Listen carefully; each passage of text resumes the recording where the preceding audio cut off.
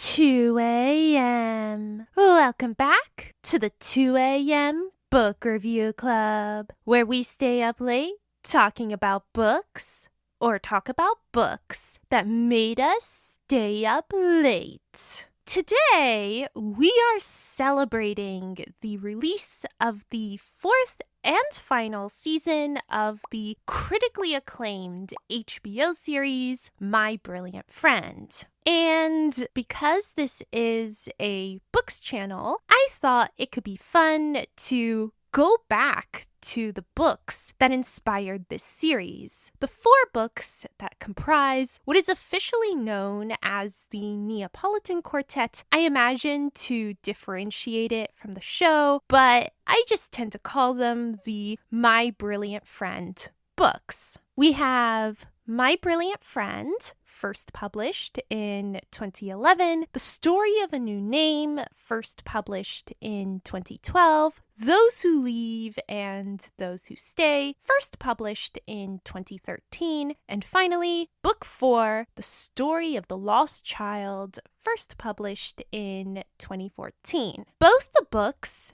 and the show have been incredibly successful, and today I want to talk mostly about the books, but I will also touch on my thoughts on the first 3 seasons of the show at the end of the video. I do want to warn people going into this video that I will be discussing some intense and sensitive topics. I do want people to be aware of the fact that these topics will come up. Also, apologies in advance for my attempts at pronouncing Italian names and places. I did my best, but I know I'm still falling short. So, let's talk about the My Brilliant Friend books. What happens in this series, why it's such an unforgettable story, and above all, why it's so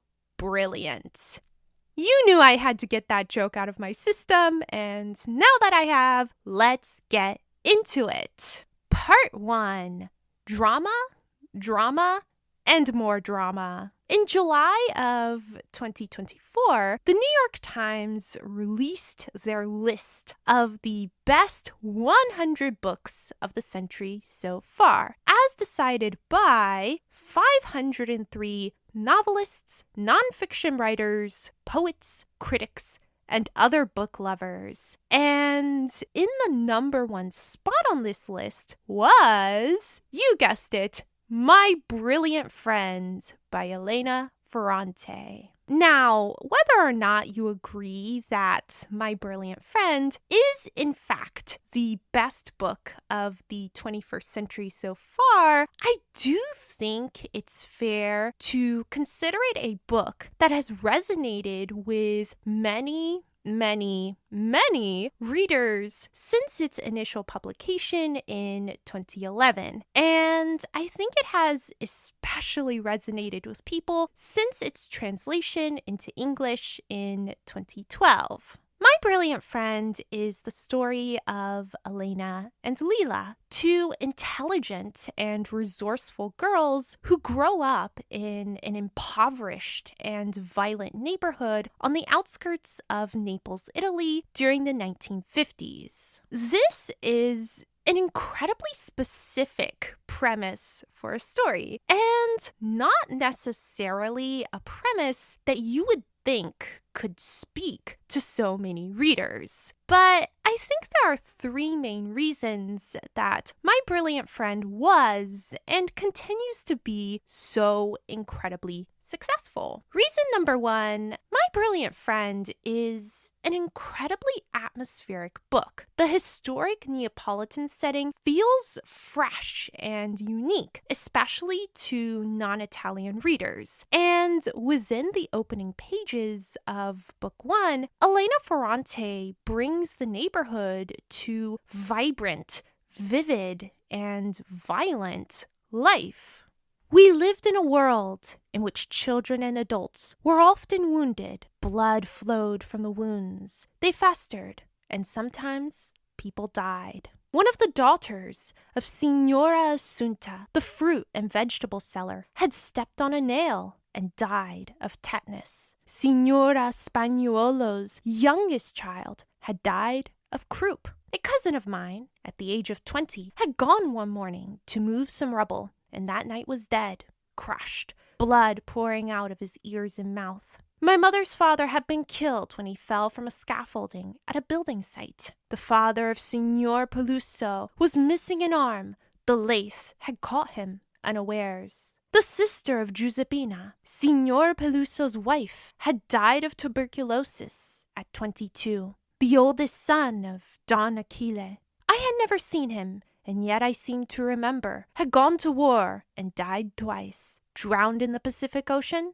then eaten by sharks. The entire Melchiorre family had died, clinging to each other, screaming with fear in a bombardment. Old Signorina Clorinda had died, inhaling gas instead of air. Giannino, who was in 4th grade when we were in 1st, had died one day because he had come across a bomb and touched it. Luigina, with whom we had played in the courtyard, or maybe not, she was only a name, had died of typhus. Our world was like that, full of words that killed. Croup, tetanus, typhus, gas, war, lathe, rubble, work, bombardment, bomb, tuberculosis, infection. With these words and those years, I bring back the many fears that accompany me all my life. You could also die of things that seemed normal. You could die, for example, if you were sweating and then drank cold water from the tap without first bathing your wrists. You'd break out in red spots. You'd start coughing and be unable to breathe. You could die if you ate black cherries and didn't spit out the pits. You could die if you chewed American gum and inadvertently swallowed it. The temple, in particular, was a fragile place. We were all careful about it. Being hit with a stone could do it, and throwing stones was the norm. When we left school, a gang of boys from the countryside, led by a kid called Enzo or Enzuccio, who was one of the children of Assunta the fruit and vegetable seller, began to throw rocks at us. They were angry because we were smarter than them. I really like this passage because it unites the two themes that define life in this neighborhood: instability and violence. We began with the fundamental instability of the neighborhood, that underlying precariousness. And at first, we're talking about illness, accidents, bad luck, things that you just can't control. But then we make an abrupt transition from the dangers of swallowing American gum, which is an accidental hazard, to Elena's observation on the fragility of the human body, and in particular, the fragility of the temple. And why this obsession with fragile body parts? Well, Elena tells us in the next line. Being hit with a stone could do it, and throwing stones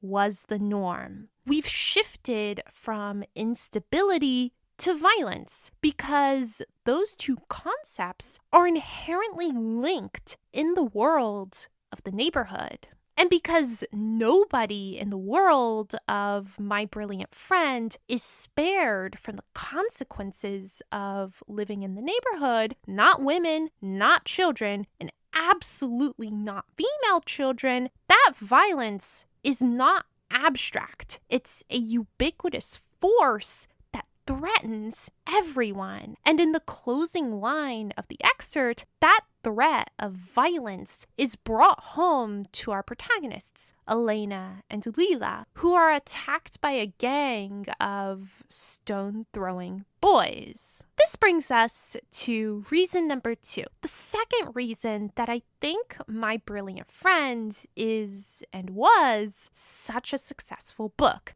Tension. This union of instability and violence produces the constant feeling that anything can happen at any time. No one in this neighborhood follows the rules. No one is safe. And above all, no one is really in control. The stakes are always high. The difference between life and death is more often chance than anything else. And this fundamental uncertainty, this lack of guarantees, is what keeps you turning the pages. And finally, reason number 3, the most important reason behind My Brilliant Friend's success and the reason it makes for such a good TV show: drama. If I had to sum up My Brilliant Friend in 5 words, I would say drama, drama, and more drama, because the 4 books in the My Brilliant Friend series are filled with murder, infidelity, fights,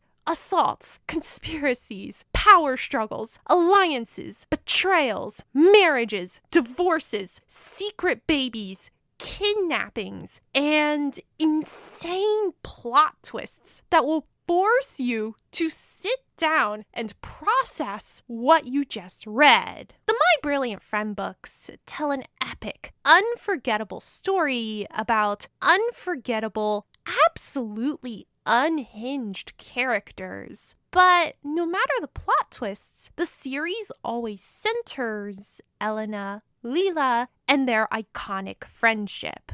Part 2, the friendship. Elena and Lila are very similar people. They're both strong, intelligent, and resourceful, but they're also very different. Elena is cautious, polite, and conflict adverse, where Lila is reckless, rude, and thrives on deliberately antagonizing even the most powerful and terrifying people in the neighborhood. These 2 friends also have clearly defined roles. Lila is the leader and Elena is the follower. And at least part of the reason this leader-follower dynamic exists is because Elena is constantly perceiving herself as inferior to Lila, and she hates it. She admires Lila, she hates Lila, she wants to be Lila's best friend, she wants nothing to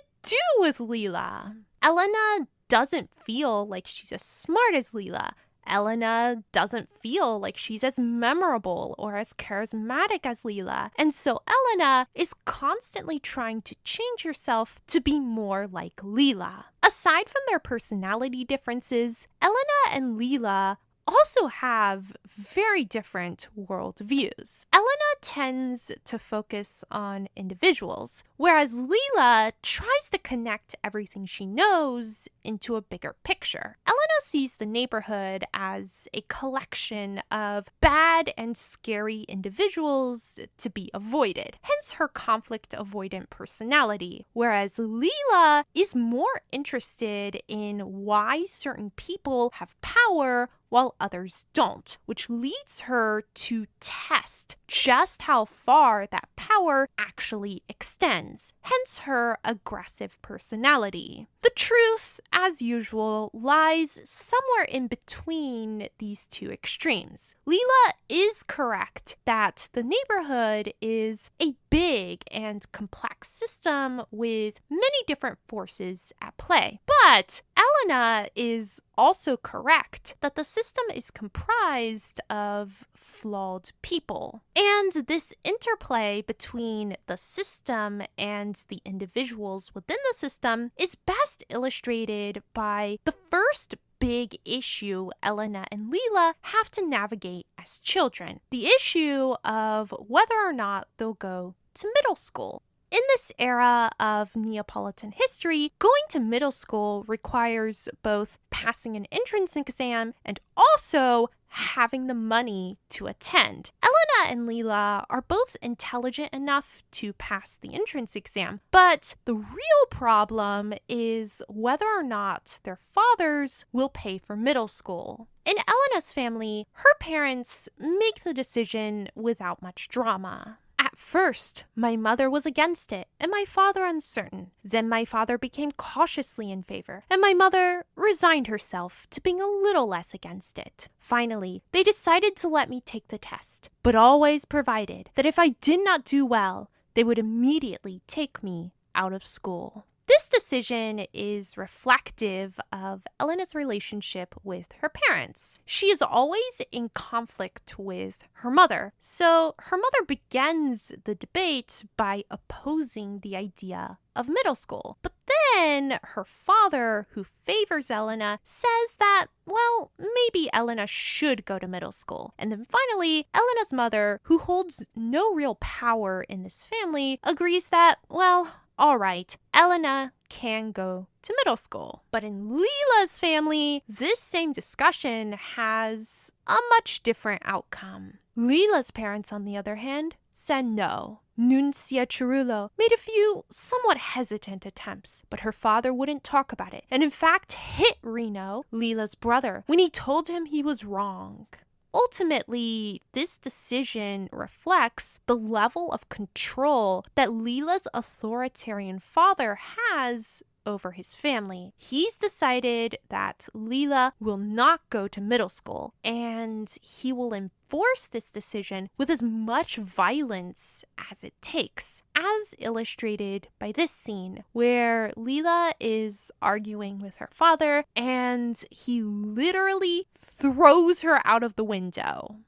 In the hot weather, we stayed outside until dinner time. That day, Lila didn't show up, and I went to call her at the windows, which were on the ground floor. I could hear that something was going on, and it terrified me. From the windows came a vulgar Neapolitan and the crash of broken objects. In appearance, it was no different from what happened at my house when my mother got angry because there wasn't enough money, and my father got angry because she had already spent the part of his wages he had given her. In reality, the difference was substantial. My father was restrained even when he was angry. He became violent quietly, keeping his voice from exploding, even if the veins on his neck swelled and his eyes were inflamed. Fernando instead yelled, threw things. His rage fed on itself, and he couldn't stop. In fact, his wife's attempts to stop him increased his fury, and even if he wasn't mad at her, he ended up beating her. We were 10. Soon we would be 11. I was filling out. Lila remained small and thin. She was light and delicate. Suddenly, the shouting stopped, and a few seconds later, my friend flew out the window, passed over my head, and landed on the asphalt behind me. I was stunned. Fernando looked out, still screaming horrible threats at his daughter. He had thrown her like a thing. I looked at her terrified while she tried to get up and said, with an almost amused grimace, "I haven't hurt myself." But she was bleeding. She had broken her arm. Honestly, given how many life-threatening incidents Lila goes through in book 1, it's a miracle that she ever made it to adulthood. Elena will go to middle school and to high school and eventually to college. But Lila will never go beyond elementary school and will forever be limited by the geographic, economic, and social boundaries of the neighborhood. And it all comes down to this one decision of whether or not to go to middle school, which at the age of 10 causes their two paths to diverge forever. In the long term, this decision leads to Elena and Lila going their separate ways once Elena reaches the age when she goes to college. But in the short term, all it produces is a whole lot of conflict, which in this neighborhood is just their way of life. As we've already established, Lila and Elena's neighborhood is unstable, unpredictable, and above all, poor. We've got a shoemaker, we've got a carpenter, we've got a fruit and vegetable seller, so not exactly high-paying jobs. And what's worse, the fathers holding down these jobs have to support big families with lots and lots of kids. But it's important to recognize that not everyone is operating at the same level of poverty. And in fact, some of the families in this neighborhood aren't poor at all. In this neighborhood, there is a definite hierarchy, and the man at the top of the neighborhood food chain is Don Achille Carracci, a terrifying figure who haunts little Elena's nightmares.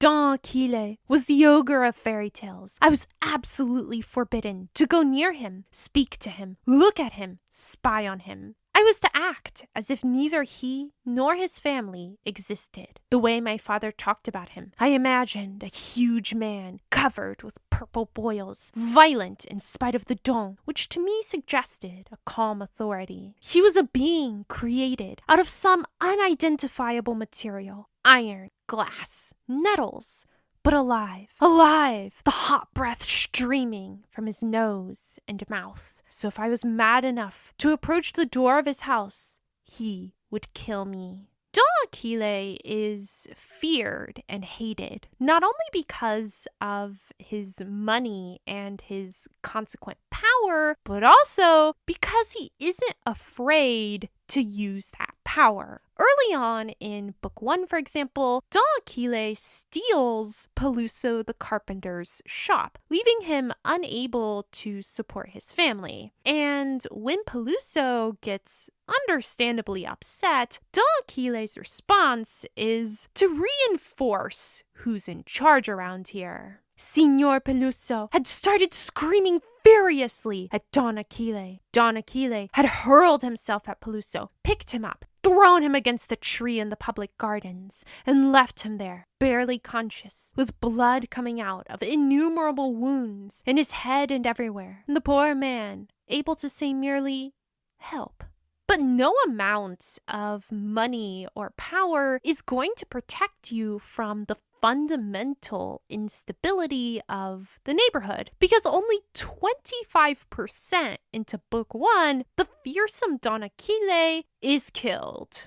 Don Aquile, the terrible Don Aquile, was murdered in his house in the early afternoon of a surprisingly rainy August day. He was in the kitchen and had just opened the window to let in the rain-freshened air. He had got up from bed to do so, interrupting his nap. He had on warm blue pajamas, and on his feet only socks of a yellowish color, blackened at the heels. As soon as he opened the window, a gust of rain struck his face, and someone plunged a knife into the right side of his neck, halfway between the jaw and the clavicle. Don Aquile had turned, with the blade stuck in his neck, eyes staring, and the blood pouring out and dropping all over his pajamas. He had fallen to his knees, and then face down to the floor. Don Aquile will never intimidate or harm anyone ever again, but his death has solved nothing. It has only created a power vacuum, an opportunity for someone else to take the top spot in the neighborhood's hierarchy. And sure enough,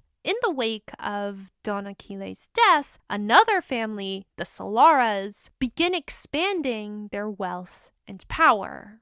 The Bar Solara expanded, became a well-stocked pastry shop, which on Sunday was crowded with men, young and old, buying pastries for their families. The two sons of Silvia Solara, Marcello, who was around 20, and Michele, just a little younger, bought a blue and white Fiat 1100, and on Sundays paraded around the streets of the neighborhood. There are two interesting things in this quote. Number one, the narrative emphasis on the Solaras having a car. We already know that this is a very poor neighborhood, but knowing that the Solaras are the only people who have a car is a useful economic benchmark for understanding just how poor they are. Number two, it's important that it's not the Solara parents who own the car, but rather the sons, because Don Aquile's death signals both the end of the Karachi's reign and also the end of one generation's power and the ascendance of the next. And with their newfound power, the Solara brothers, like Don Aquile before them, terrorize the neighborhood. But instead of stealing property, the Solara brothers instead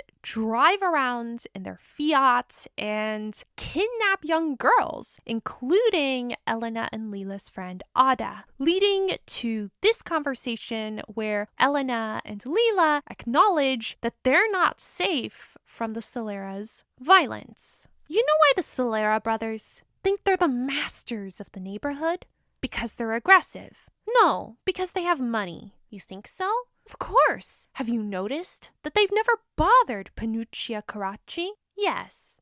And you know why they acted the way they did with Ada? No, because Ada doesn't have a father. Her brother Antonio counts for nothing, and she helps Melina clean the stairs of the buildings. As a result, either we too had to make money, more than the Solaras, or to protect ourselves against the brothers, we had to do them serious harm. The last paragraph summarizes Lila and Elena's core dilemma in Book 1. You either become part of the cycle of power, or you become a victim of whoever currently happens to be at the top of the neighborhood hierarchy. When it comes to solving this dilemma of victimize or be victimized, Elena picks the obvious option. After she finishes high school, she leaves the neighborhood to go to college. But Lila didn't go to middle school, which means that she needs to decide how she's going to navigate the neighborhood's ever-revolving cycle of power. And her decision is to get married at the age of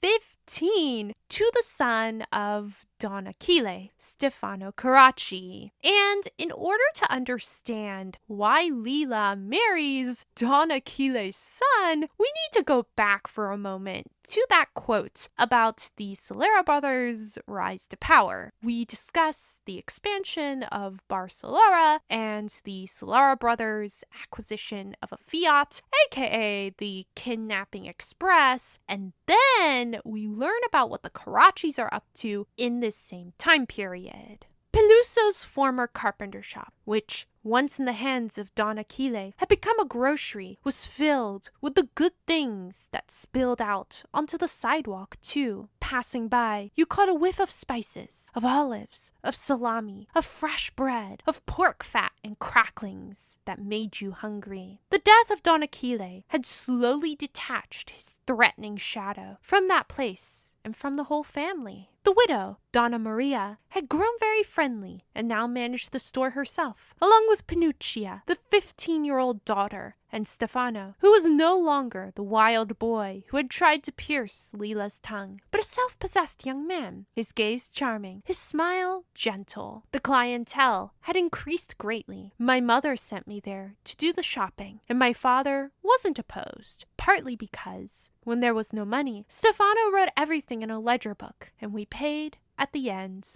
of the month. The Carracci's luck has turned around. They're making money, building back their power, and they are also reinventing their image as the friendlier, more ethical alternative to the Soleras. And for Lila, this story of redemption and breaking the toxic cycle of power is exactly what she's been looking for. She becomes engaged to Stefano, and everyone, even Elena, is confused by their behavior. What did she and Stefano have in mind? Where did they think they were living? They were behaving in a way that wasn't familiar, even in the poems that I studied in school, in the novels I read. I was puzzled. They weren't reacting to the insults, even to that truly intolerable insult that the Solaras were making. They displayed kindness and politeness toward everyone, as if they were John and Jacqueline Kennedy visiting a neighborhood of indigents. When they went out walking together, and he put an arm around her shoulders, it seemed that none of the old rules were valid for them. They laughed, they joked, they embraced, they kissed each other on the lips. I saw them speeding around in the convertible, alone, even in the evening, always dressed like movie stars, and I thought, they go wherever they want, without a chaperone, and not secretly, but with the consent of their parents, with the consent of Reno, and do whatever they like, without caring what people say. Was it Lila who had persuaded Stefano to behave in a way that was making them the most admired and most talked about couple in the neighborhood? Was this her latest invention? Did she want to leave the neighborhood by staying in the neighborhood? Did she want to drag us out of ourselves, tear off the old skin and put on a new one, suitable for what she was inventing?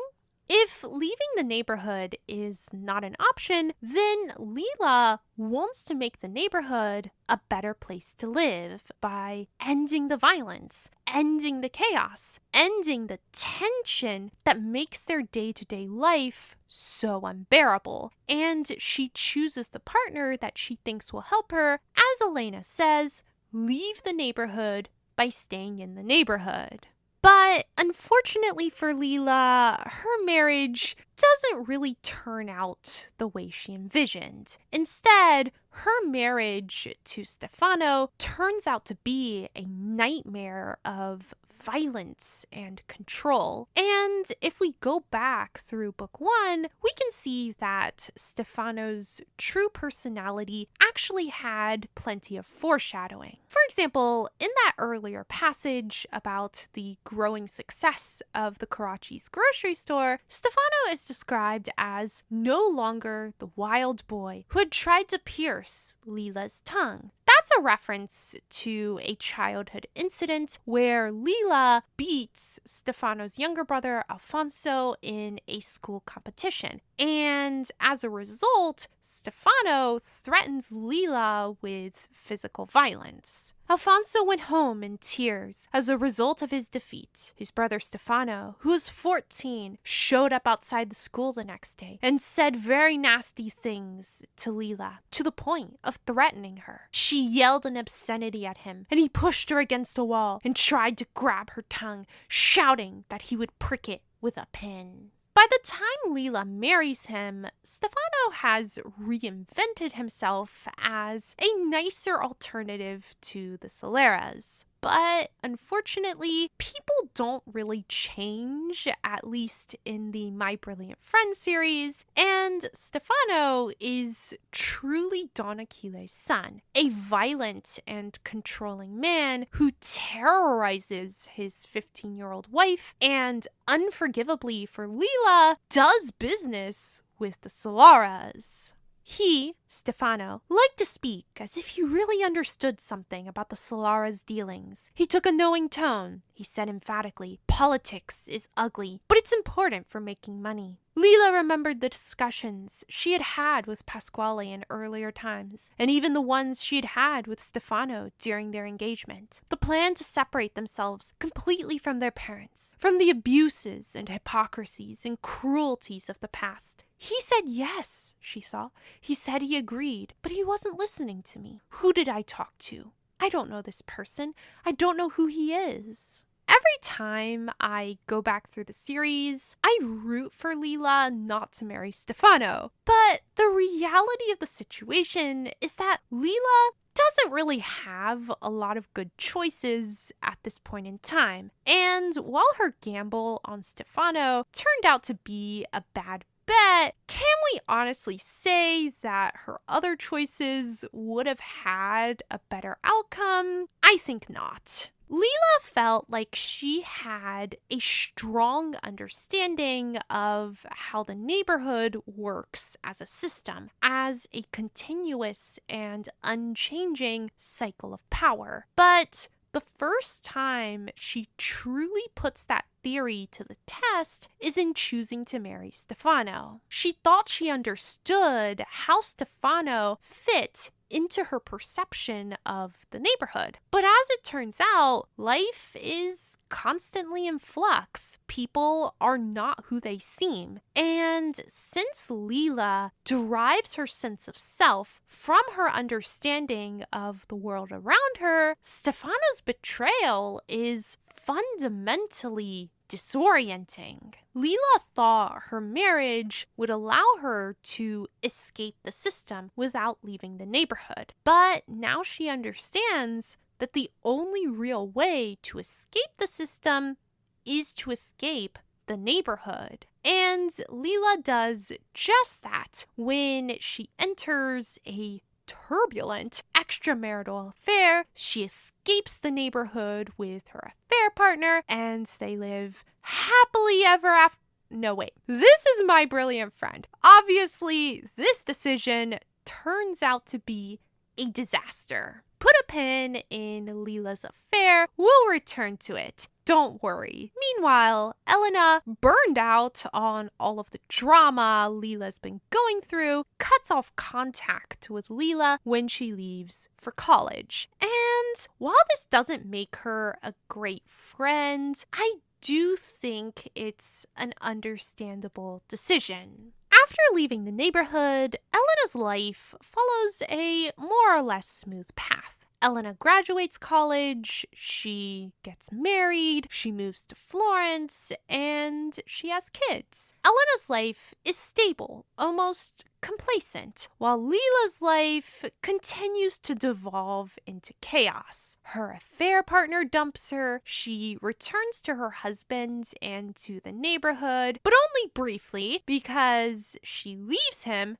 and the neighborhood. Again, she works at a mortadella factory. That sounds like it is straight out of Upton Sinclair's The Jungle. She quits the mortadella factory. She learns to code and works for IBM. She moves back to the neighborhood and works as a programmer for the Soleras. She starts her own computer company, Basic Site, and tries to undermine the Soleras. Basically, Lila always has something going on. And there's the irony of Book 3's title. Elena is the one who left the neighborhood and ended up living a conventional life, while Lila is the one who stayed in the neighborhood and yet ended up living a very dynamic, unconventional life. During this stage, Elena and Lila's physical and psychological separation is almost absolute. Every time Elena and Lila have a conversation, Elena thinks about how distant they've become, how they don't really talk to each other anymore. And at one point in Book 3, they lose touch completely. But I never called, nor did she call me. I was convinced that the long voice thread that had been our only contact for years hadn't helped us. We had maintained the bond between our two stories, but by subtraction, we had become for each other abstract entities, so that now I could invent her for myself, both as an expert in computers and as a determined and implacable urban gorilla, while she, in all likelihood, could see me both as the stereotype of the successful intellectual and as a cultured and well-off woman, all children, books, and highbrow conversation with an academic husband. We both needed new depth, body, and yet we were distant and couldn't give it to each other.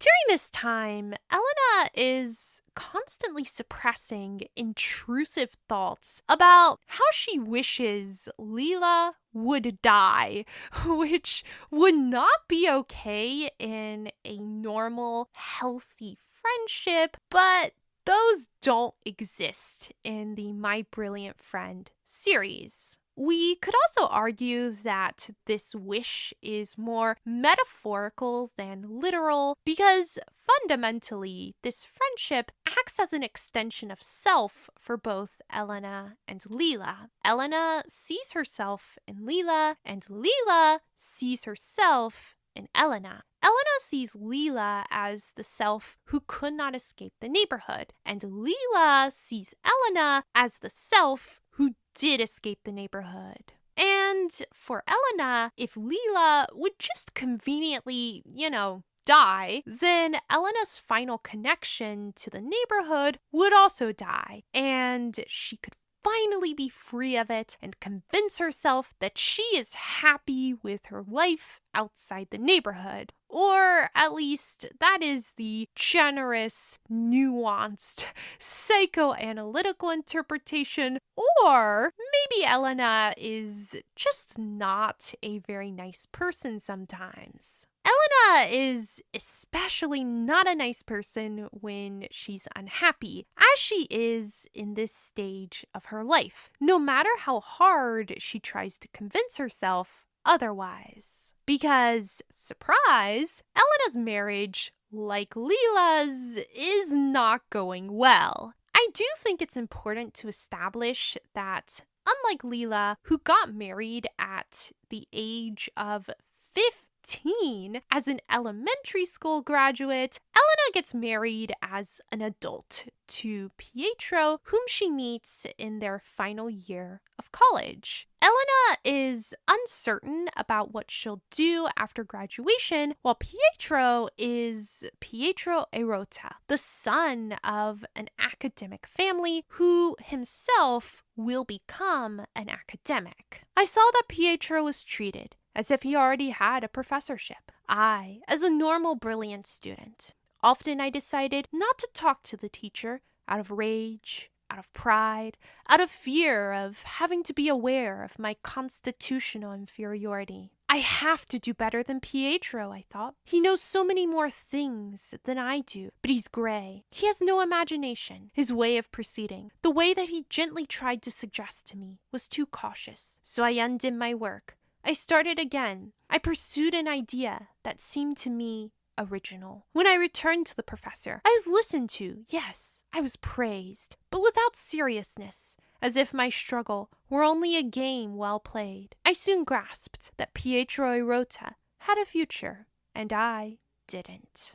Elena's professor suggests that she apply to a teacher's college. Elena does, and then shortly before graduation, Pietro asks her to marry him, and she says yes. I think there are a couple of reasons why Elena says yes to Pietro initially. Reason number one, she's attracted to the power and prestige of the Erota name. Elena has only ever known power to come from violence and ill-gotten wealth. But the Erotas are a family whose influence and reputation come from their intellectual accomplishments, which, of course, is going to be aspirational for someone whose biggest weapon has always been her intelligence. Reason number two why Elena accepts Pietro's proposal, she's got a very uncertain future at this point. Her only career prospect is becoming a teacher, but to make that happen, she needs to be admitted to the teacher's college, and if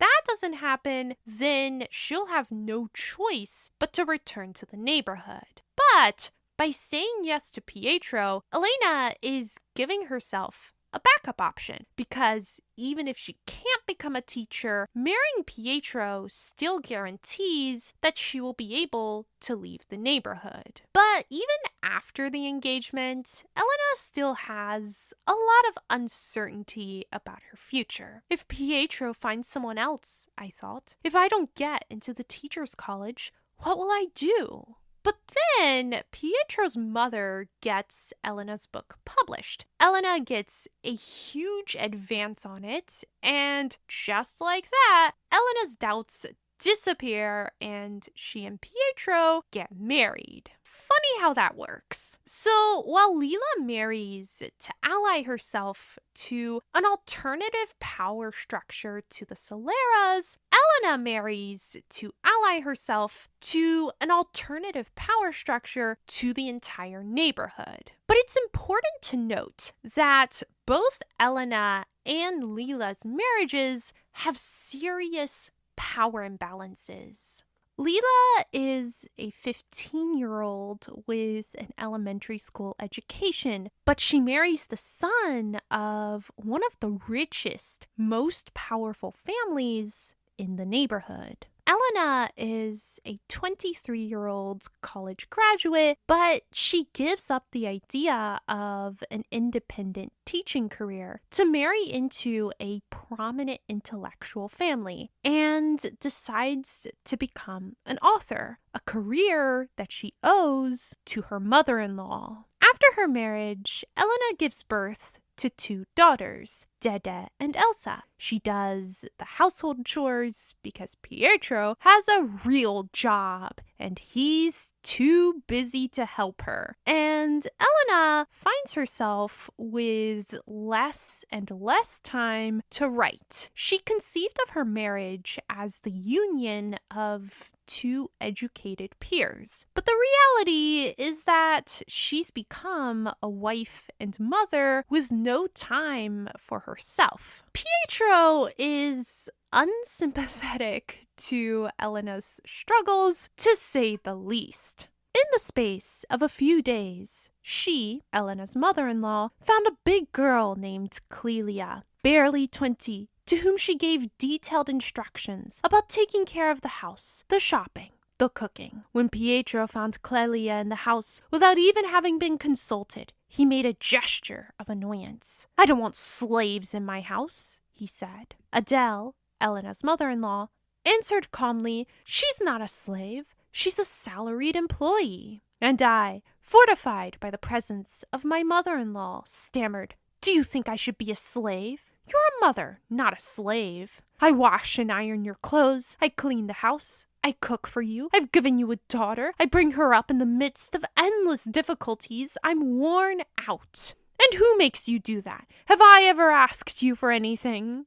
I know we're all thinking the same thing here, which is that Elena does the washing and the ironing and the cleaning and the cooking and the child raising, because if she didn't, then who would? Certainly not Pietro. It was hard to get help from him, Pietro, even in small things. The shopping when he was free, washing the dishes after dinner. One evening, I lost my temper. I didn't say anything terrible. I just raised my voice. And I made an important discovery. If I merely shouted, his stubbornness disappeared, and he obeyed me. It was possible, by speaking harshly, to make even his unpredictable pains go away, even his neurotic wish to make love constantly. But I didn't like doing it. When I behaved like that, I was sorry. It seemed to cause a painful tremor in his brain. Besides, the results weren't lasting. He gave in. He adjusted. He took on tasks with a certain gravity. But then he really was tired. He forgot agreements. He went back to thinking only about himself. In the end,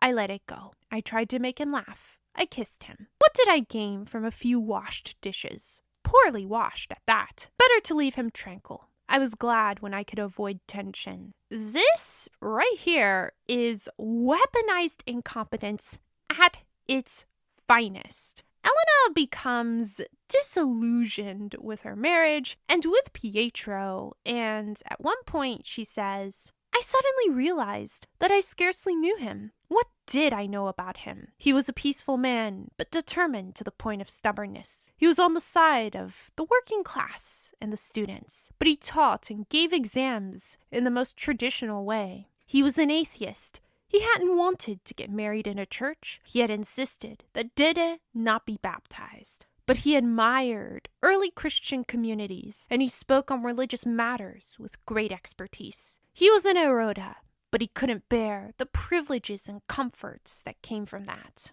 I want to highlight in particular this sentence. "I suddenly realized that I scarcely knew him." This is a direct echo of what Lila says about Stefano. "I don't know this person. I don't know who he is." Lila and Elena both entered their marriages looking for respect, support, and empowerment. But unfortunately, neither of them seemed to realize that the entire reason their husbands chose to marry them was because of the power imbalances involved. Stefano married Lila because he knew that she essentially had no other choices, unless she wanted to get married to a Solara, which she didn't. And Pietro married Elena because he knew that she came from an underprivileged background. And he assumed that because of that, she would be different from independent women like his mother and sister. In order not to upset him, I also learned not to say what I thought. He didn't seem to care anyway. If he talked,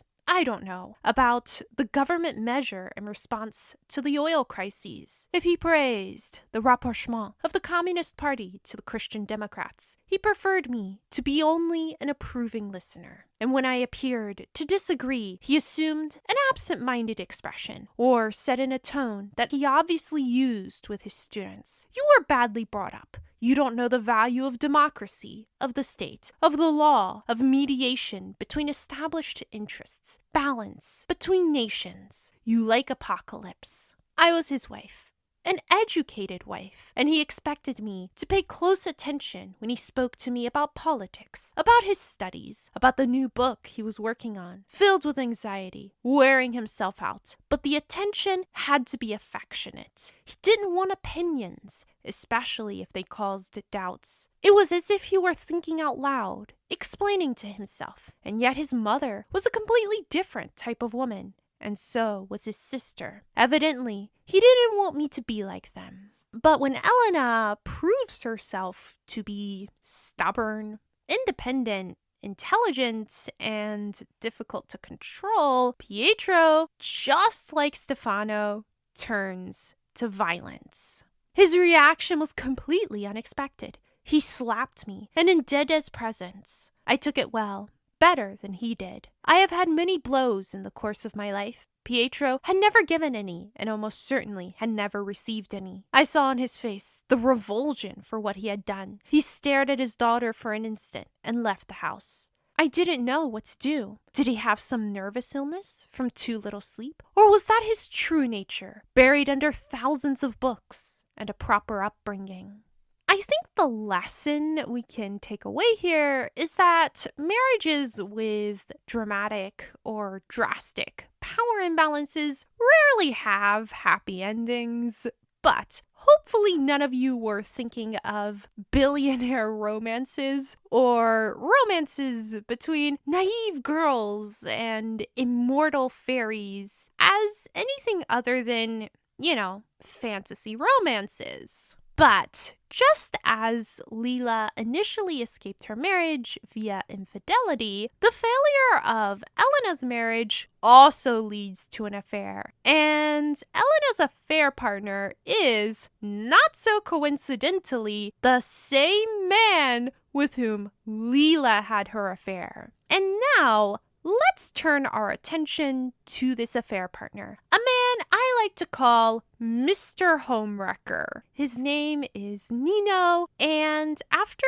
Elena and Lila, he is arguably the most important character in the My Brilliant Friend series. And he also just happens to be my least favorite character in the entire series. Allow me to introduce you to the absolute mess of a character that is Nino. Nino comes from the same neighborhood as Elena and Lila, but he moves away as a child because Nino's father, Donato, is, long story short, a terrible human being.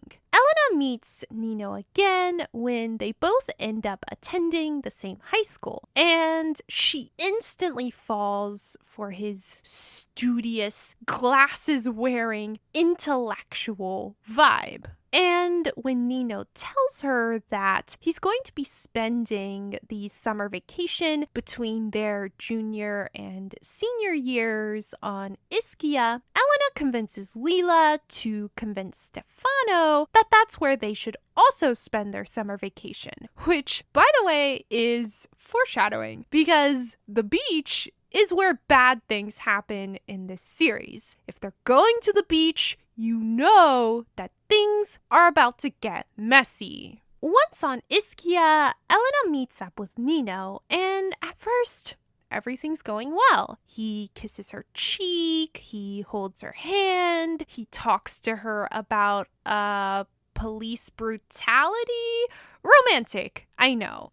But Lila is also there, and as Lila joins Elena and Nino's conversations about literature and plays and war crimes, guys, these are very serious teenagers. Please take them seriously. But as Lila joins in on these beachy, light-hearted conversations, Nino finds himself drawn to her, and they eventually begin an affair, which causes Elena to indulge in some emo-coded angst about Lila's betrayal and her unrequited love for Nino. I made the dark descent. Now the moon was visible amid scattered, pale-edged clouds. The evening was very fragrant, and you could hear the hypnotic rhythm of the waves. On the beach, I took off my shoes. The sand was cold. A gray-blue light extended as far as the sea and then spread over its tremulous expanse. I thought, yes, Lila is right. The beauty of things is a trick. The sky is the dome of fear. I'm alive, now, here, 10 steps from the water. And it is not at all beautiful. It's terrifying. Along with this beach, the sea, the swarm of animal forms, I am part of the universal terror. At this moment, I'm the infinitesimal particle through which the fear of everything becomes conscious of itself. I who listen to the sound of the sea, who feel the dampness in the cold sand. I who imagine all Ischia, the entwined bodies of Nino and Lila. Stefano sleeping by himself in the new house that is increasingly not so new. The furies who indulge the happiness of today to feed the violence of tomorrow. It's true. My fear is too great, and I hope that everything will end soon, that the figures of the nightmares will consume my soul. I hope that from this darkness, packs of mad dogs will emerge, vipers, scorpions, enormous sea serpents. I hope that while I'm sitting here, on the edge of the sea, assassins will arrive out of the night and torture my body. Yes, let me be punished for my insufficiency. Let the worst happen, something so devastating that it will prevent me from facing tonight, tomorrow, the hours and days to come. Okay, I do want to admit that this is my favorite passage in the entire series from a writing standpoint. But also, I just want to give Elena a hug and tell her that no guy is worth all of this angst and drama. But of course, to Elena and Lila, Nino is not just another guy. He's different. Nino isn't a Karachi or a Solera. He isn't violent or corrupt or aggressive. No, he is an enlightened, intellectual being. For Elena, Nino represents the person she aspires to be, while for Lila, Nino represents a way out of the neighborhood. Lila leaves Stefano to move into a moldy old apartment with Nino, which is all they can afford because neither of them has a job. But despite the conditions, Lila loves her life with Nino because it's so different to the life she led with Stefano. They read, they study, they go to book presentations, they go to political debates, and Lila is just having the time of her life. Nino, unfortunately, doesn't feel the same way because he is stressed about their financial instability. Understandable. He blames Lila for his inability to focus on his studies. Not understandable. And most importantly, he is jealous of Lila's intellectual abilities. And finally, 23 days after moving in together, Nino lashes out at Lila. Lila, let's be very clear. Choose something of your own that you like. Go back to selling shoes. Go back to selling salami. But don't desire to be something you're not by ruining me. These words wounded her deeply. She said, "Get out." And that's the end of Lila and Nino's relationship. Nino leaves, never to return, and Lila briefly returns to Stefano, who himself has been having an affair, before leaving Stefano for the second and final time with Enzo. Enzo is an old friend who eventually becomes Lila's life partner and also her business partner when she establishes her computer company, Basic Site. But while Nino has exited Lila's life permanently, he has not exited the series. Because just as Lila has an affair with Nino when her marriage goes downhill, so does Elena. Just when Elena is feeling the most depressed, the most underappreciated, and the most vulnerable, who should show up but Mr. Homewrecker himself? And somewhat unexpectedly, he re-enters Elena's life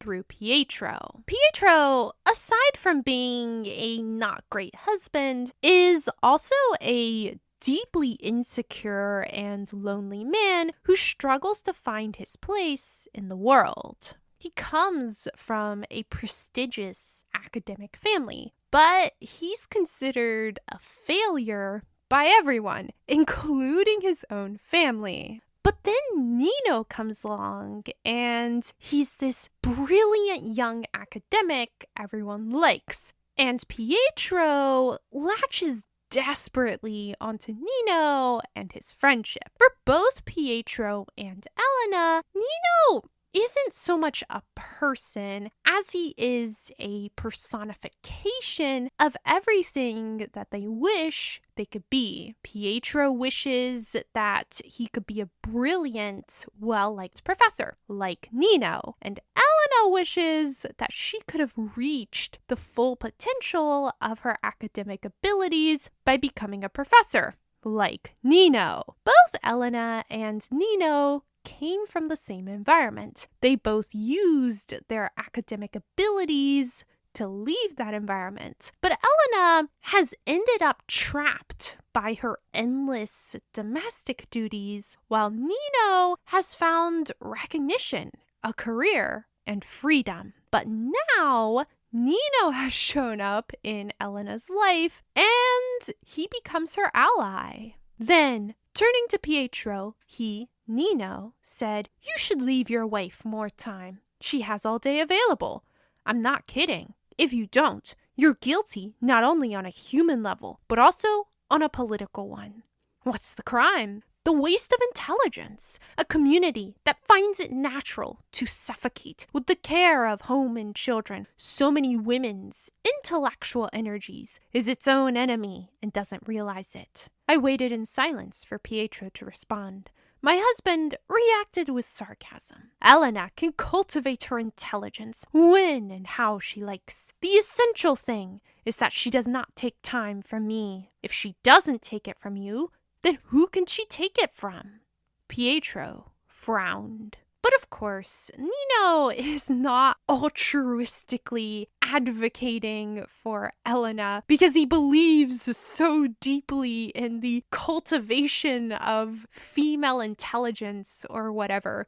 No, he's positioning himself as an alternative to Pietro, just as he did with Lila so many years ago. With Lila, all Nino had to do was exist. And it was very clear that he was basically the opposite of Stefano. With Elena, Nino's approach is a bit different because the difference between Nino and Pietro isn't quite as clear-cut. Nino and Pietro are both academics, but Nino is different because he recognizes that Pietro has trapped Elena in a situation where she has no opportunity to pursue her passions. And unlike Pietro, Nino respects Elena's opinions, intelligence, and independence. In both cases, Nino's seduction boils down to the same fundamental appeal. Unlike your husband, I see you for the person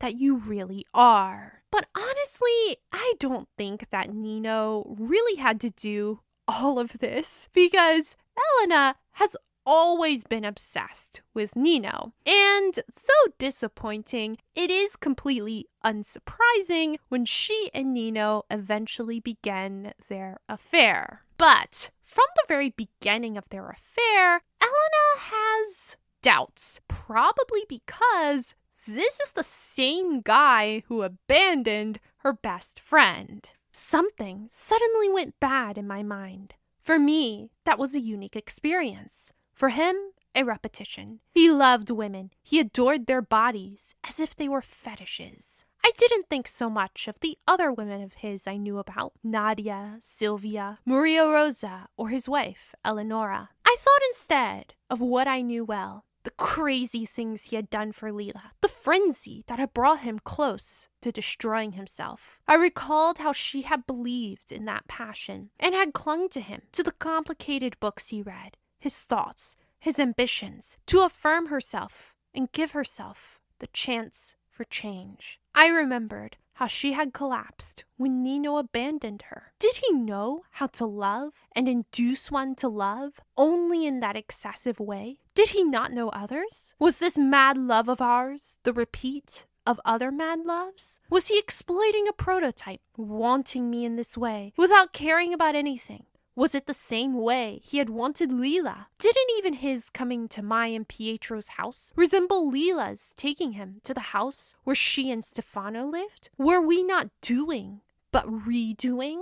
Great questions there, Elena. Too bad you don't have any common sense when it comes to Nino. Elena's relationship with Nino takes up much of books 3 and 4, and if I'm being honest, it is probably the most frustrating narrative arc in the entire series. Every relationship in the My Brilliant Friend series generates some level of drama, but Elena and Nino's relationship in particular generates a truly exhausting level of drama. Lies, miscommunication, trust issues, screaming matches, and infidelity. Because obviously, Nino was never going to stop seeing other women. And honestly, I don't know how Elena keeps up this relationship for so long. I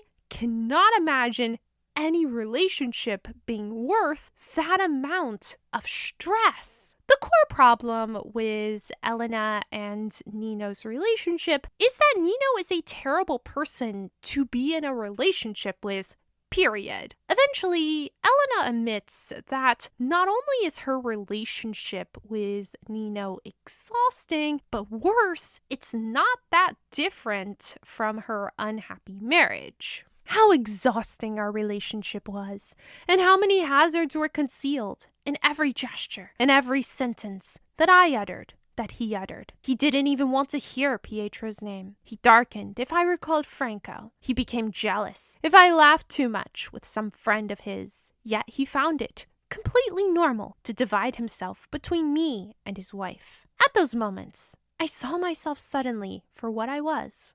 A slave, willing to always do what he wanted, careful not to exaggerate in order not to get him in trouble, not to displease him. I wasted my time cooking for him, washing the dirty clothes he left in the house, listening to all his troubles at the university, and in the many responsibilities that he was accumulating, thanks to the aura of good feeling that surrounded him and the small powers of his father-in-law. I always welcomed him joyfully. I wanted him to be happier with me than in the other house. I wanted him to relax, to confide. I felt sorry that he was continuously overwhelmed by obligations. I even wondered if Eleonora might love him more than I did, since she accepted every insult just to feel that he was still hers. But sometimes I couldn't stand it anymore, and I yelled at him, despite the risk that the girls might hear. Who am I for you? Tell me why I'm in this city, why I wait for you every night, why I tolerate this situation.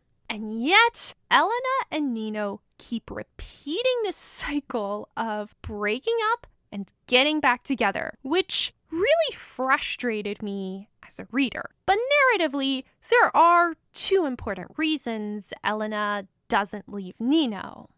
Reason number one, money. Romantic, I know, but Elena does have to support 3 kids with no child support and no steady income, which means that she is financially dependent on Nino. But the other reason that Elena can't leave Nino is less practical and more psychological. In spite of everything, love writhed fiercely within me, and the mere idea of doing harm to Nino was repugnant to me. Although I now wrote about women's autonomy and discussed it everywhere, I didn't know how to live without his body, his voice, his intelligence. It was terrible to confess it, but I still wanted him. I loved him more than my own daughters. At the idea of hurting him and of no longer seeing him, I withered painfully. The free and educated woman lost her petals. As I traveled toward Milan, I discovered that, with Lila set aside, I didn't know how to give myself substance, except by my modeling myself on Nino. I was incapable of being a model for myself. Without him, I no longer had a nucleus from which to expand outside the neighborhood and through the world. I was a pile of debris. Both Elena and Nino escaped the neighborhood, but Elena thinks that Nino, unlike her, was able to establish an independent identity outside of it. But Nino isn't actually that much more independent than Elena, aside from having a career that provides a steady income. Because, like Elena, Nino marries into a rich and influential family, and he refuses to leave his wife, Eleonora, because he knows that on his own, he actually can't maintain an independent life or identity. He had taken up with Nadia. That was clear to me now, because she was the daughter of Professor Galliani, because he had considered her the key to gaining access to what then appeared to be a superior class. His choices had always been consistent with his ambitions. Hadn't he married Eleonora out of self-interest? And I myself, when I had left Pietro for him, wasn't I in fact a well-connected woman, a writer of some success, with ties to an important publishing house, useful, in short, to his career? And all the other women who had helped him, didn't they come under the same logic? Nino loved women, certainly, but he was above all a cultivator of useful relations. What his intelligence produced would never, alone, have had sufficient energy to assert itself without the web of power he had been weaving since he was a boy. Elena and Nino are not actually that different as people. They're just looking for different things. Elena is looking for an egalitarian partnership in which both people invest in the relationship sincerely, while Nino is incapable of having a sincere relationship with anyone, because all he's looking for is the next person he can exploit for their connections, influence, or power. The real story of Elena and Nino's relationship is the story of Elena outgrowing her need for Nino. Elena has always been obsessed with Nino because she saw in Nino an aspirational version of herself. But once she finally develops her own identity and a steady income as a successful author, she no longer needs Nino, and she's able to see that behind the enlightened and understanding mask, there's only a pathetic man who doesn't care who he hurts as long as he can have what he wants. And what does Nino want? I have asked myself this question so many times since finishing the series, because Nino's conduct is that callous and that cruel and that cold-hearted. But I think at the end of the day, there's no point in trying to bring nuance or complexity to what is essentially a very simple answer. Nino, the man who breaks both Lila and Elena's hearts, is a man who wants only two things. Number one, he wants to expand his power and influence in the world. And number two, he wants to sleep with every single woman he meets. Young, old, scholars, servants, attractive, unattractive. It really doesn't matter. Nino is addicted to pleasure. He has no morals or ethics or care for anyone, and he will always prioritize himself. All I did was make mistakes. Was Nino like his father? No, too simple. Nino was very intelligent. Nino was extraordinarily cultured. What he had done to me, what he was doing to me, was filtered by a very refined knowledge. He dealt in complex concepts. He knew that this way he would offend me to the point of destroying me, but he had done it just the same. I even knew the line he would resort to in sophisticated justification. What's the harm? The flesh is weak, and I've read all the books. In this quote, Elena pinpoints what I dislike so much about Nino and why he is my least favorite character in a series full of unlikable people. Men like Stefano or the Solera brothers are obviously terrible. I'm not going to minimize how terrible they are, but they are also perpetuating the same patterns of behavior that they grew up with. Nino, on the other hand, left the neighborhood. He graduated college. He traveled the world. He has had so many opportunities to learn how to be a good person and a good partner, and yet he intentionally chooses not to be, which is just inexcusable.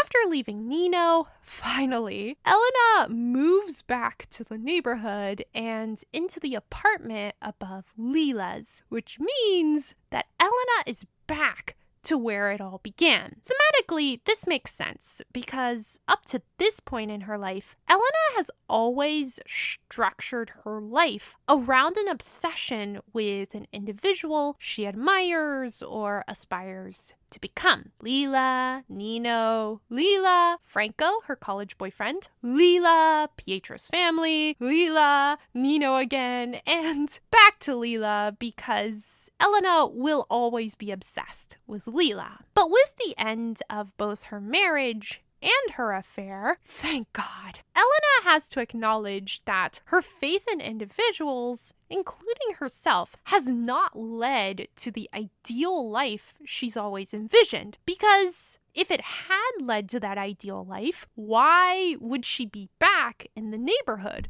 the one place she never wanted to return to? Lila, on the other hand, has finally gained some stability in her life. She has a job that allows her to support herself and her family, and now she's building a web of knowledge and secrets with which she will take power away from the Soleras. Because when you're in the neighborhood, control over your own life means being out of the control of whoever is currently in charge. At this point in her life, more than any other, Lila is convinced that she understands everything. She will be able to contain all threats, and that she will finally be in control of her own life. But is control actually possible, or has Lila spent her life chasing an illusion? One of the most interesting things about the My Brilliant Friend series is its framing device. The series is told through the first-person point of view of Elena, obviously, but it's not told linearly. The Elena who narrates the series is in her 60s, and she is reminiscing about everything that she and Lila have gone through up to that point. And why is she looking back on her life? Well, because book 1 opens with Lila's disappearance. Her shoes were gone. The few books? Gone. All the photographs? Gone. The movies? Gone. Her computer had disappeared, including the old-fashioned diskettes, and everything to do with her experience as an electronics wizard who had begun to operate computers in the late 60s, in the days of punch cards. Lila is overdoing it as usual, I thought. She wanted not only to disappear herself, now, at the age of 66, but also to eliminate the entire life that she had left behind. I was really angry. We'll see who wins this time, I said to myself. I turned on the computer and began to write all the details of our story, everything that still remained in my memory. Throughout the series, Lila's disappearance hangs over everything as a kind of overarching mystery. Why would Lila, who seems so strong and self-confident and resilient, the Lila who has overcome every adversity The Lila who's finally found stability and success and independence, why would that Lila want to disappear? If you've read the books, you've probably been wondering why I've waited so long to introduce the framing device. And the reason I've waited so long is because it's only at this point, once we've talked about how Elena and Lila have developed as people over the course of their friendship, that we can finally address Lila's disappearance. After Elena moves back to the neighborhood, Elena and Lila seemingly have everything they've ever wanted. They've even rekindled their friendship, but they are still fundamentally different people with fundamentally different ways of looking at the world. This becomes clear in book 4 when Elena and Lila are forced to escape a real-life earthquake. The 1980 Irpinia. I did not look up how to pronounce that beforehand, which was a mistake, but that 1980 earthquake, which according to Wikipedia, left at least 2,483 people dead, at least 7,700 injured, and 250,000 homeless. In the aftermath of the earthquake, Elena and Lila are sheltering in place in Elena's car, and Lila, understandably, has a panic attack. All my life, I've done nothing, Lenu, but hold back moments like those. Marcello scared me, and I protected myself with Stefano. Stefano scared me, and I protected myself with Mikel. Mikel scared me, and I protected myself with Nino. Nino scared me, and I protected myself with Enzo. But what does that mean, protect? It's only a word. I can make you now a detailed list of all the coverings, large and small, that I constructed to keep myself hidden, and yet they were of no use to me. My head always finds a chink to peer through. Beyond, above, beneath, on the side, where the fear is. The only problem has always been the disquiet of my mind. I can't stop it. I always have to do, redo, cover, uncover, reinforce, and then suddenly undo, break. But it's not much use. The terror remains. It's always in the crack between one normal thing and the other. It's there, waiting. I've always suspected it, and since yesterday evening, I've known for certain. Nothing lasts, Lenu. You remember when I married Stefano, and I wanted the neighborhood to start again from the beginning, to be only beautiful things. The ugliness of before was not supposed to be there anymore. How long did it last? Good feelings are fragile. With me, love doesn't last. Love for a man doesn't last. Not even love for a child. It soon gets a hole in it. You look in the hole and you see the nebula of good intentions mixed up with the nebula of bad. Loving courses together with hating, and I can't manage to solidify myself around any goodwill. I don't even know how to keep friendship alive.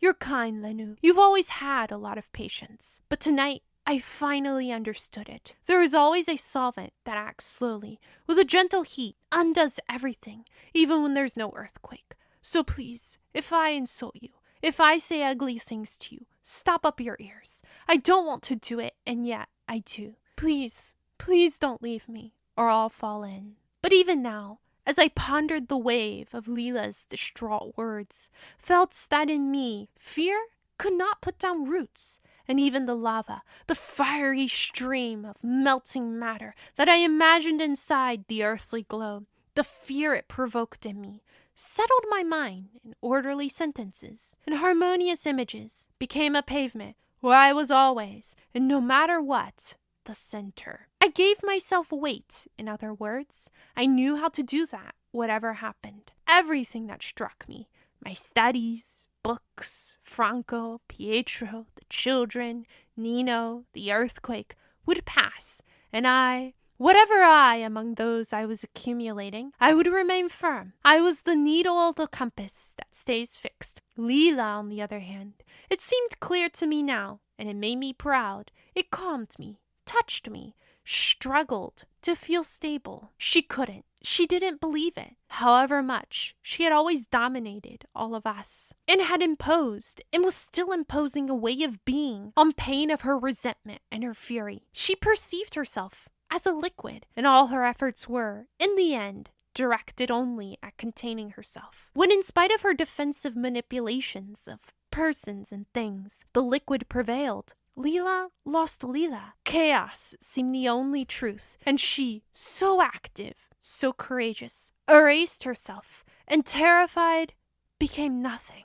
It's in this passage in particular that we can see how differently Elena and Lila view the world around them. Elena has always viewed the world in terms of individuals, with a particular focus on individuals she admires and obsesses over. The person Elena has always been most obsessed with is Lila herself, to the point where Elena has had moments where she is afraid that she doesn't know how to become someone independent of Lila. Or, as she says in book 3, my becoming was a becoming in her wake. I had to start again to become, but for myself, as an adult, outside of her. By this point in her life, Elena has mostly succeeded in doing this. She'll always be obsessed with Lila to some extent. But, as she says, whatever I among those I was accumulating, I would remain firm. I was the needle of the compass that stays fixed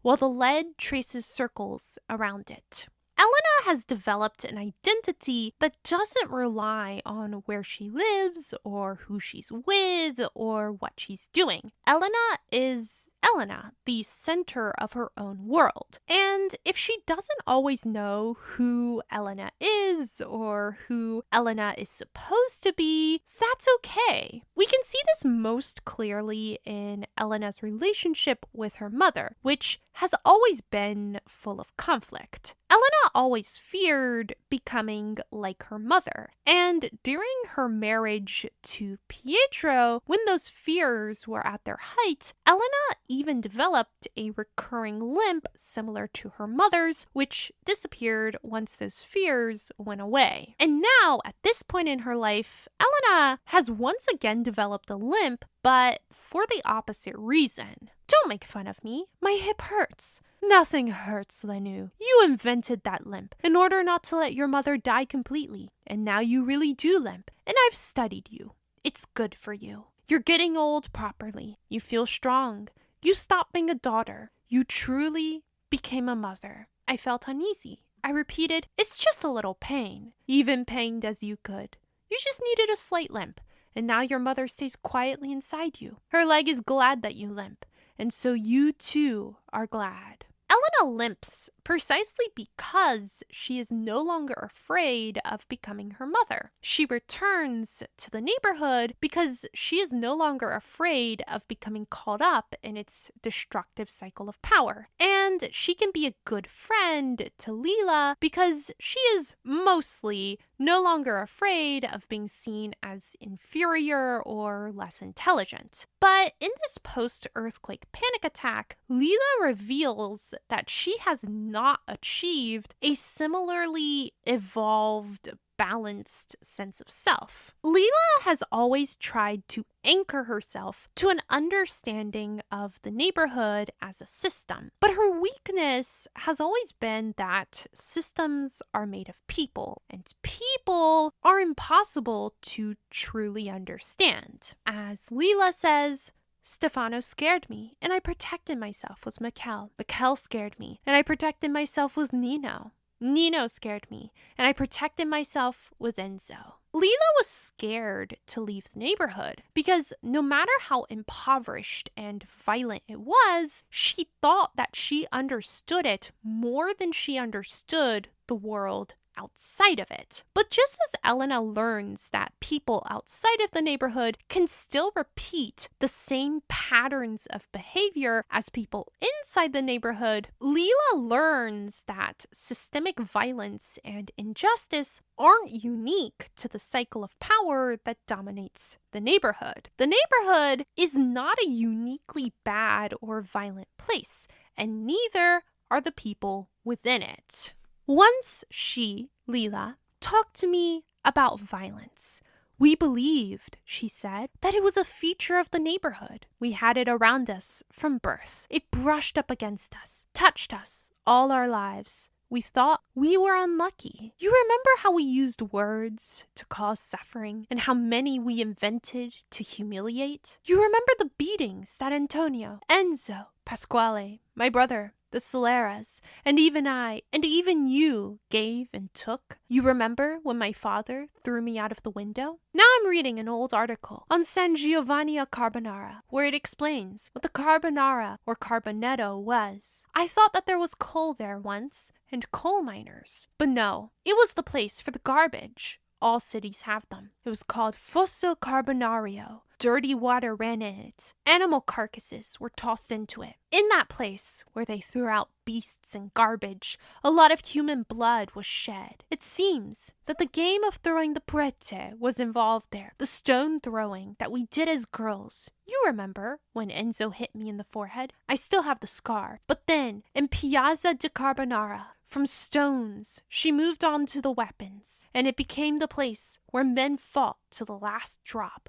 of blood. Beggars and gentlemen and princes hurried to see people killing each other in revenge. When some handsome youth fell, pierced by a blade beaten on the anvil of death, immediately beggars, bourgeois citizens, kings and queens, offered applause that rose to the stars. Ah, the violence, tearing, killing, ripping. Lila, between fascination and horror, spoke to me in a mixture of dialect, Italian, and very educated quotations that she had taken from who knows where and remembered by heart. The entire planet, she said, is a big fosso carbonario. What seemed to interest and absorb her most was all that filth, all that chaos of broken limbs and dug out eyes and split heads was then covered, literally covered, by a church dedicated to San Giovanni Battista and by a monastery of Augustinian hermits who had a valuable library. Ah, she laughed. Underneath there's blood, and above, God, peace, prayer, and books.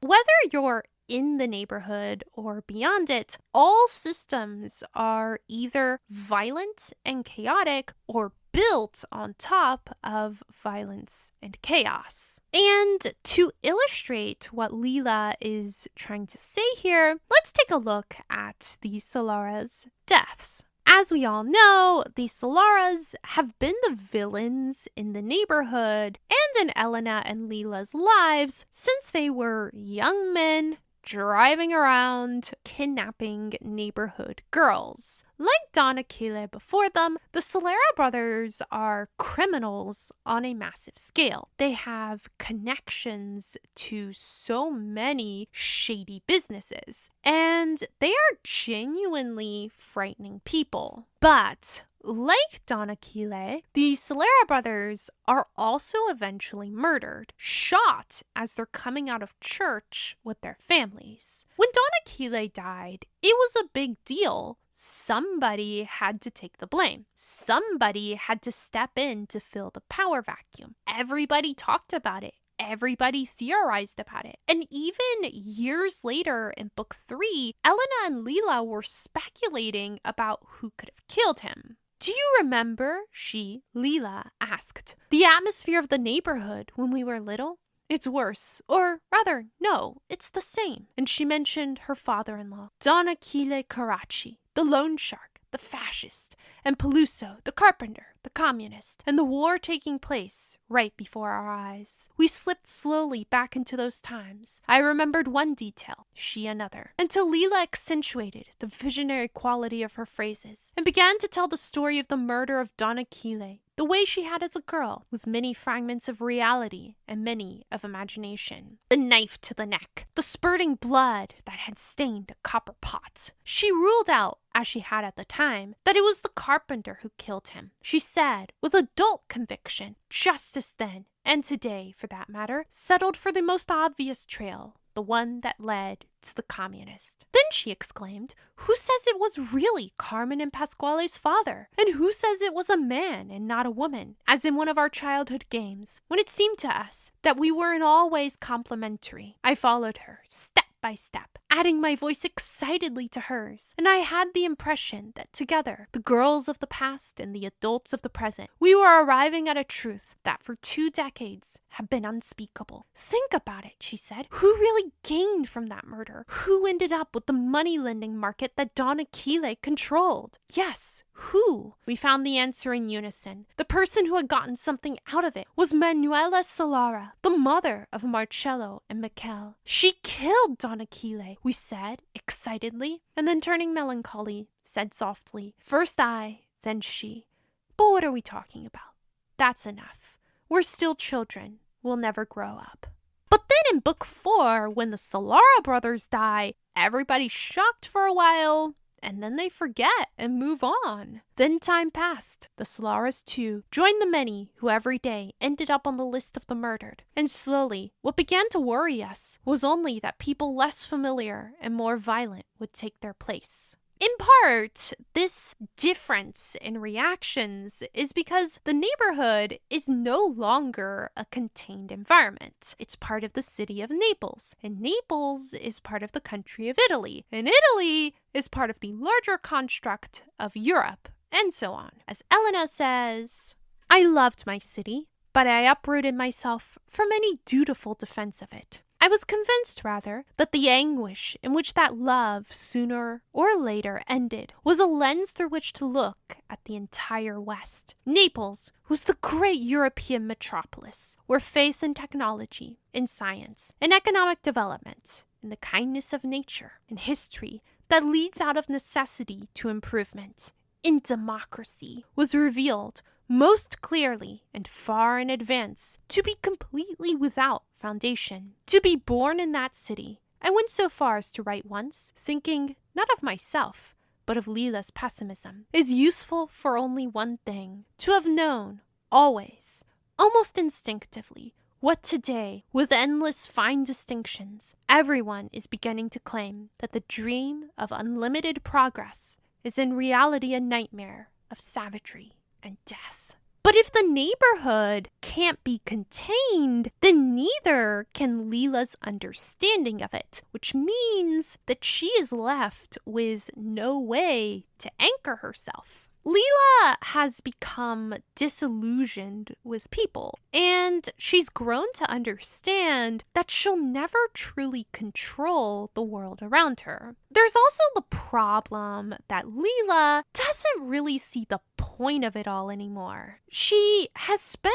her entire life fighting someone or something, fighting the neighborhood system, fighting her father, fighting the Solaras, fighting Stefano, fighting the Solaras, fighting the factory owner, fighting the Solaras. You get the picture. But after selling her company, Lila has nothing left to fight. She's long separated from Stefano. The factory owner is dead. The Solaras are dead. And after selling Basic Site, she has enough money to essentially exist outside of the neighborhood's cycle of power. Lila spends her time wandering around Naples and researching the history of the city. But that's just a distraction, a way to spend the days as Lila becomes increasingly disconnected from her life and from the world around her. And so when Lila finally disappears in book 4, it's obviously a sad moment, but it also feels inevitable. However much she had always dominated all of us and had imposed and was still imposing a way of being on pain of her resentment and her fury, she perceived herself as a liquid, and all her efforts were, in the end, directed only at containing herself. When in spite of her defensive manipulations of persons and things, the liquid prevailed, Lila lost Lila. Chaos seemed the only truth, and she, so active, so courageous, erased herself, and terrified, became nothing. But when she finally erases herself from Elena's life, Lila has nothing left to be afraid of, except the universal terror that is existence. She is afraid of both everything and nothing. She's afraid of the neighborhood and also of the whole world. When Lila disappears, she is not escaping anything. Rather, she is recognizing that control is an illusion. Individual identity is ephemeral and meaningless, and that the only way out is to allow herself to dissolve into the chaos and uncertainty that characterizes every existence. And I know you're asking, well, what about her friendship with Elena? How could she disappear from Elena's life like that? And the answer is that part of the reason behind Lila's disappearance is the end of Elena and Lila's friendship. This friendship, which has survived for so long and been through so much, ends, and it ends because of a book. Towards the end of book 4, Elena writes a book that feels suspiciously similar to My Brilliant Friend, and it's even called A Friendship. A Friendship covers the events of her and Lila's lives from their childhood to their old age. Sound familiar? And this book upsets Lila so much that she stops talking to Elena completely. I called her constantly. I wrote endless emails. I went to the neighborhood. I talked to Nino. She was never there, so I had to acknowledge that our friendship was over. And then Lila disappears, and Elena blames her book, and in particular, she blames how she portrayed an event in their life, the episode of the dolls. I'm convinced that the reason for her repudiation lay elsewhere, in the way I recounted the episode of the dolls. I had deliberately exaggerated the moment when they disappeared into the darkness of the cellar. I had accentuated the trauma of the loss. The episode of the dolls occurs in book 1, and it's actually the event that opens the book. Elena and Lila are playing with their dolls, they trade dolls, and then suddenly Lila drops Elena's doll into the terrifying Don Aquiles' basement. And Elena, angry, does the same thing with Lila's doll.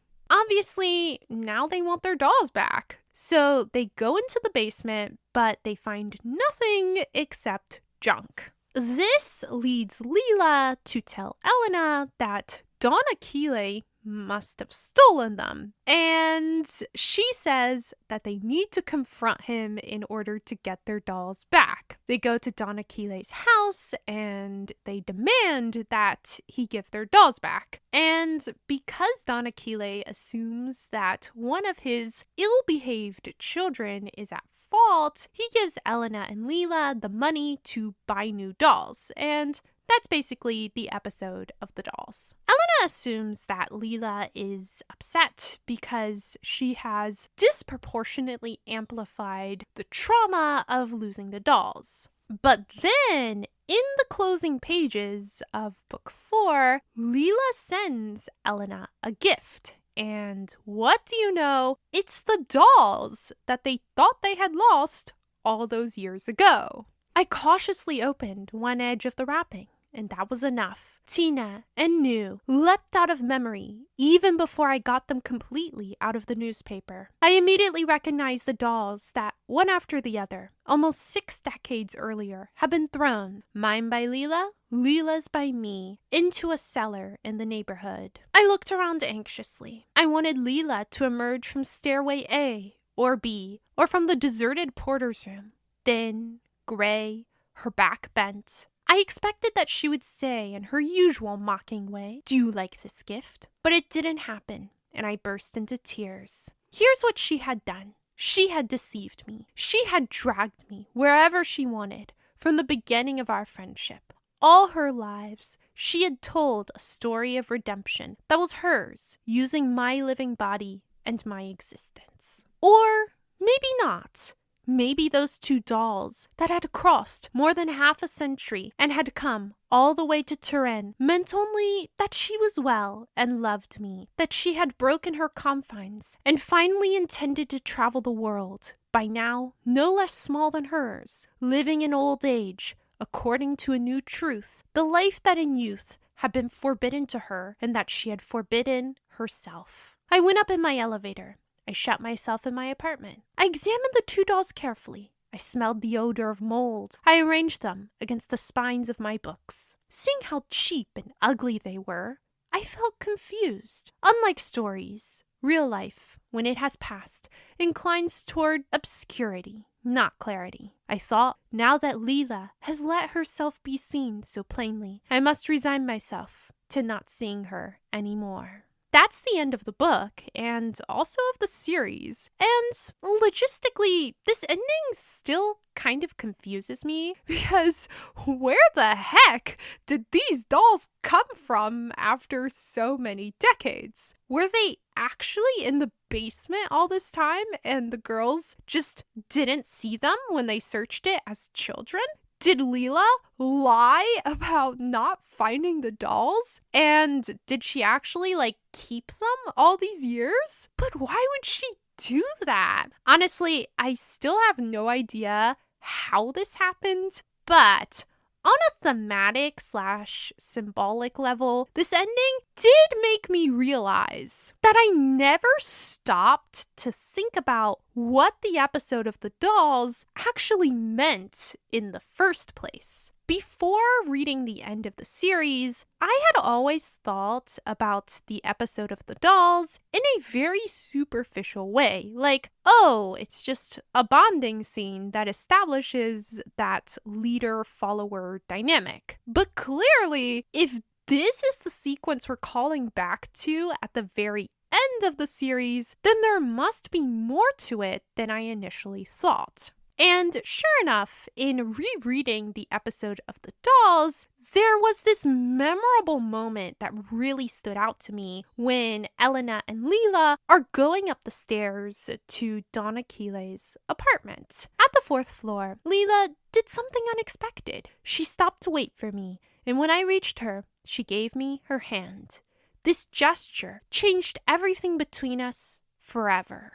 This moment says a couple of key things. Number one, Lila is not confronting Don Aquile out of simple aggression or curiosity. Instead, Lila is just as scared of Don Aquile as everyone else in the neighborhood. But she knows that if she allows that fear to control her, then she'll never have any control over her own life. In confronting Don Aquile, Lila is forcing herself to choose between her fear of Don Aquile, which more broadly is her fear of the neighborhood, and her fear of never having true independence. But number two, I think this moment also illustrates that this friendship was never as one-sided as it sometimes seemed, because Lila, as demonstrated by this moment, has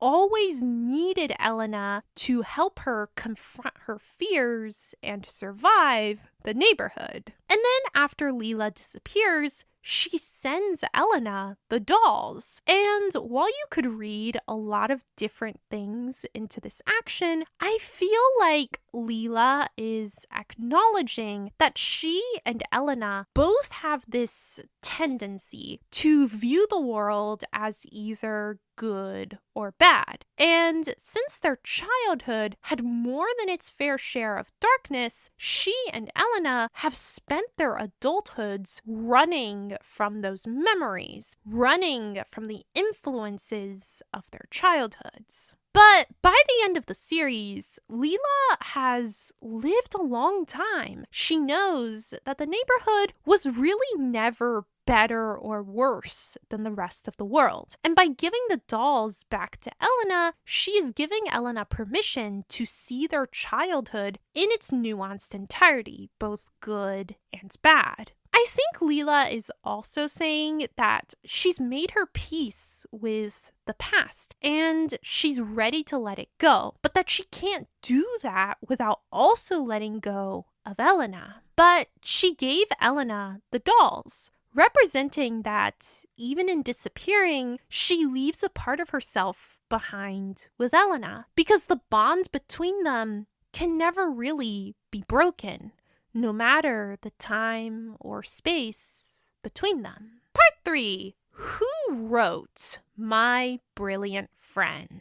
No deep dive into the My Brilliant Friend series is complete without recognizing that, technically speaking, we do not know who wrote the My Brilliant Friend books. But because we live in an era where secrets are hard to keep, there has been a lot of speculation as to Elena Ferrante's true identity. According to Wikipedia, always a reliable source, I know, but according to Wikipedia, in October of 2016, an Italian investigative reporter used financial records related to real estate transactions and royalties payments to discover Elena Ferrante's probable identity. And if I have even the tiniest bit of influence in this world, I would like to use that influence to say that I find this to be a truly creepy, massive, and unwarranted invasion of privacy. I mean, real estate transactions and royalties payments? Seriously? If people want to be anonymous, let them be anonymous. Existing as the author of a massively successful book series is hard enough, and I think that we should allow Elena Ferrante, whoever she really is, to navigate this fame and attention on her own terms. While I am speaking on this topic, though, I would like to offer 2 thoughts. Thought number 1 is, I think it's hilarious that some people genuinely think Elena Ferrante is a man. I'm not saying it's impossible, but I do consider it highly improbable. Thought number 2 is that a lot of people seem to consider the My Brilliant Friend series autobiographical on some level, probably because the author and the protagonist have the same name, and at the very least, the Naples setting does seem to be autobiographical, because according to Wikipedia, she has stated in interviews that she was born in Naples. Obviously, there's no ethical way of knowing just how autobiographical the series is or isn't, but I would like to point out that in book 4 of the series, Elena writes a book about, you guessed it, the neighborhood. And the in-universe critical reception to this book does almost feel like the author commenting on how she feels about My Brilliant Friend's success. And I think that this is really fun. The book immediately aroused interest. Some were thrilled by the pleasure of reading it. Some praised the skill with which the protagonist was developed. Some talked about a brutal realism. Some extolled my Baroque imagination. Some admired a female narrative that was gentle and embracing. In other words, there were many positive judgments, but often in sharp contrast to one another, as if the reviewers hadn't read the book that was in the bookstores, but rather each had invoked a fantasy book fabricated from his own biases. On one thing, after the article in Panorama, they all agreed. The novel was absolutely different from the usual kind of writing about Naples. Honestly, I think this commentary about how each reviewer had evoked a fantasy book fabricated from his own biases, rather than talking about the book that was in bookstores, is probably true of most successful books. So, just to recap, let's leave Elena Ferrante, whoever she may be, alone. But if you would like to ethically debate the identity of a famous anonymous author, then I would definitely be open to debating the true identity of Shakespeare in the comments. This is something I've been thinking about on and off since reading Shakespeare Was a Woman and Other Heresies by Elizabeth Winkler, which is one of my favorite books I have read so far this year. It was incredibly interesting and eye-opening. I cast my vote for the most fun, most conspiracy theory option, which of course is Christopher Marlowe, but I'm sure most people have different opinions, so let's debate. Part 4. The book covers. I try to keep these series deep dives focused on the actual stories, but for this particular deep dive, I do want to take a moment to talk about the book covers for the My Brilliant Friend series. Normally, I don't care about book covers, but with this particular series, I feel compelled to comment on the covers because for such an incredible series, the covers, honestly, kind of low-key suck. I hate them, and I need everyone to know that. I will say that I don't really have an issue with the cover for book 1 because, for one thing, it actually has character. We have old-fashioned clothes, there's Naples in the background, and the depiction of a wedding immediately presents the reader with a story question going in. Who's getting married? When are they getting married? Why are they getting married? Also, I like the color scheme, which is muted and aesthetically coherent. The cover of book 1 is a cover that matches the story, and my only real issue with it is the pull quote on the front, which comes from James Wood. I know that James Wood is a respected literary critic, and I did enjoy reading his book, How Fiction Works, but he calls My Brilliant Friend amiably peopled, and I cannot, for the life of me, think of a single amiable person in the entire book. It just feels like you're giving readers false expectations going in. But the covers for books 2, 3, and 4 are where I have a problem because all of them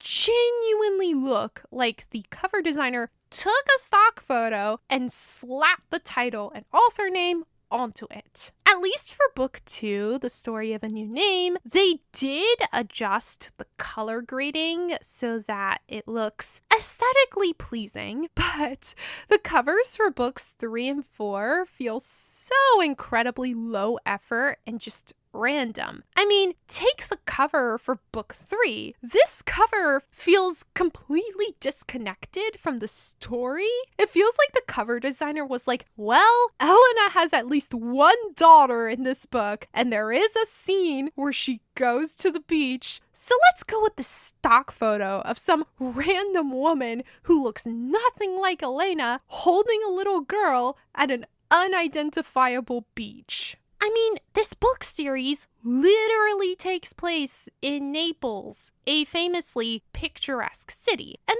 look, me, a random person on the internet, can pull up dozens of photos that are instantly more memorable than these covers. If you want grimy, look, you can find that. If you want historical, then look, you can find that too. Here is Naples in the 1950s, the decade in which the series begins. And look, it's even properly grimy and depressing. The My Brilliant Friend books are literary masterpieces, but these covers make them look like the most basic, low-budget books to ever exist. These books deserve better covers, and I honestly don't think it would be that difficult to accomplish. However, while I'm on the subject of the books as physical objects, I would like to offer a compliment, which is that I do really love the binding they've done for these books. I'm not the biggest fan of hardcover books.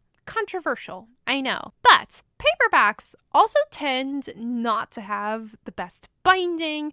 They tend to fall apart very easily, which is frustrating. But with the My Brilliant Friend books, they've managed to strike a really nice balance between paperback and hardback. This binding has the same flexibility and give as a paperback, but it still has the same feel and sturdiness of a hardback. I love reading the My Brilliant Friend books in the physical format. I think these books will last a long time, and I would really like to see other books use this same binding technique. Part 5, the show. In my series deep dives, I don't tend to touch on the spin-off movies or TV shows, mostly because I haven't seen them. My time, like everyone else's, is limited, and I tend to prioritize reading over watching movies or TV shows. But with My Brilliant Friend, I did watch the first 3 seasons of the TV show, and I also plan to watch season 4 when it comes out. So to round out our deep dive, I'd like to very quickly offer my thoughts on the show, and there are 4 things in particular I want to touch on: the aesthetic, the actors, the friendship, and books versus show. Number 1, the aesthetic. I'm not an expert on film or television, so I don't know how to express this in technical terms, but I love vintage aesthetics in general, and this show completely delivers on them. Costumes, the effects, the filters, the sets, it's all so gorgeous, except obviously for the parts where it's not supposed to be gorgeous, like the sausage factory. Number 2, the actors. It's common wisdom that casting makes or breaks a show or movie, and obviously when a show is as critically acclaimed as My Brilliant Friend, they did something right with the casting. But there are a lot of actors in this show who give really memorable performances, and I want to especially single out some of the side characters, such as Elena's mother, Stefano, the Solera brothers, and the young Dede. I also really like the portrayals of Elena and Lila. Lila's performance is a refreshing contrast to the books because this TV show portrayal really humanizes her and makes her feel like a well-rounded person. I also really like Elena's performance. I like that it's understated and that it often gives fish out of water vibes. This very much feels in character because Elena is often trying to figure out how she should navigate a particular situation. Also, I have to say it, a lot of these actors are just very aesthetically pleasing to look at, which is definitely influencing me to some extent. For example, why is Nino so toned? Not how I imagined him, but hey, I'll take it. Number 3, the friendship. In the books, it's sometimes easy to lose sight of the fact that Elena and Lila are supposed to like each other and mostly get along. And in the show, I really like that we get affectionate moments between Elena and Lila that illustrate why they're friends in the first place. That montage when they're reading Little Women together in season 1 is a really great example of this. The books are narrated from Elena's very emotionally biased first-person point of view, and the emotions we tend to remember best are the negative emotions. So it makes sense that in the books, Elena tends to flesh out the arguments and the fights and the conflicts while skimming over the happy moments. But the show gives you a more well-rounded picture of their friendship, and I really appreciated that. Finally, number 4, books versus show. Watching the show really brought home to me the fact that the books are both very long and also very densely packed with events. The books average 423 pages. And even when you're giving each book 8 hours of content, you're still going to end up picking and choosing what you want to focus on because there's no way you're going to cover everything that happens in the books. even though the show cuts and compresses a lot of content, it still ends up doing a lot of skimming, and I think this is especially obvious in the third season. And because there's a lot of skimming, the show also takes a lot of the book's subtext and just puts it in the text. For example, you remember how earlier I made those connections about how Stefano, beneath his nice guy exterior, is still that same teenage boy who threatened Lila with physical violence? Well, I made those connections on my own when I was first drafting this script, and then I watched season 1 of the show, and Lila actually verbalizes this same idea when she literally says to Stefano, "How can I trust that you're not the same guy who threatened me all those years ago?" And I was like, that's what I was saying. Overall, I think that the show and the books make really nice companion pieces of media. You get more out of the show if you read the books, and if you've read the books, then the show provides a new perspective that is not completely trapped inside of Elena's head. I really like the show, I'm glad I watched it, and I'm looking forward to season 4. Part 6, Conclusion. I've thought about a lot of ways to end this video. Honestly, this entire project has required a lot of thinking. The My Brilliant Friend books exist at the intersection of individuals, society, and the systems that we live in. And as such, the various thematic threads get tangled and untangled and then intersect again. There are so many things you can talk about with this series, and I don't really know how to give this video a neat conclusion. With my Giver series deep dive, for example, which also cost me a lot of time and thought, I wrote a pretty sentimental conclusion because beneath all the gritty dystopian stuff, it's a pretty sentimental series about the essential goodness of human nature and friendship is magic and the power of reading or whatever. But with a series like My Brilliant Friend, which is a contradictory mess of optimism and nihilism, violence and beauty, friendship and antagonism, kindness and cruelty, and characters who are both really good people and also really terrible people, well, it's a lot harder to think of a coherent conclusion for a series that doesn't really do cohesion. So instead, I want to take a moment to acknowledge that the My Brilliant Friend series, at least in part, derives its power from the way that it is able to emotionally connect with the reader while also doing its best to push you away. It's true for every book and every book series, but it's especially true for the My Brilliant Friend books. Every reader ends up with a completely different reading experience. Every reader focuses on different characters and different themes and different narrative arcs, and every reader essentially reads a different book and a different series. And this leads me to wonder, is a My Brilliant Friend deep dive complete without the commentator, that's me, talking about their personal experience with the series? So to wrap up my deep dive, I want to take a couple of minutes to talk about how I personally connect with the My Brilliant Friend series. As a reader, I'm a big fan of historical fiction. I'm a big fan of epic stories that take place over decades. And I'm also a big fan of female coming-of-age stories that are not the 100th iteration of Little Women, which, much as I love and adore it, was written, a while ago. My Brilliant Friend is a blend of a lot of things I gravitate towards as a reader, and I was always going to like My Brilliant Friend as a story because this is the kind of book I like to read. But when it comes to my emotional connection to the story, that's a little bit of a different thing.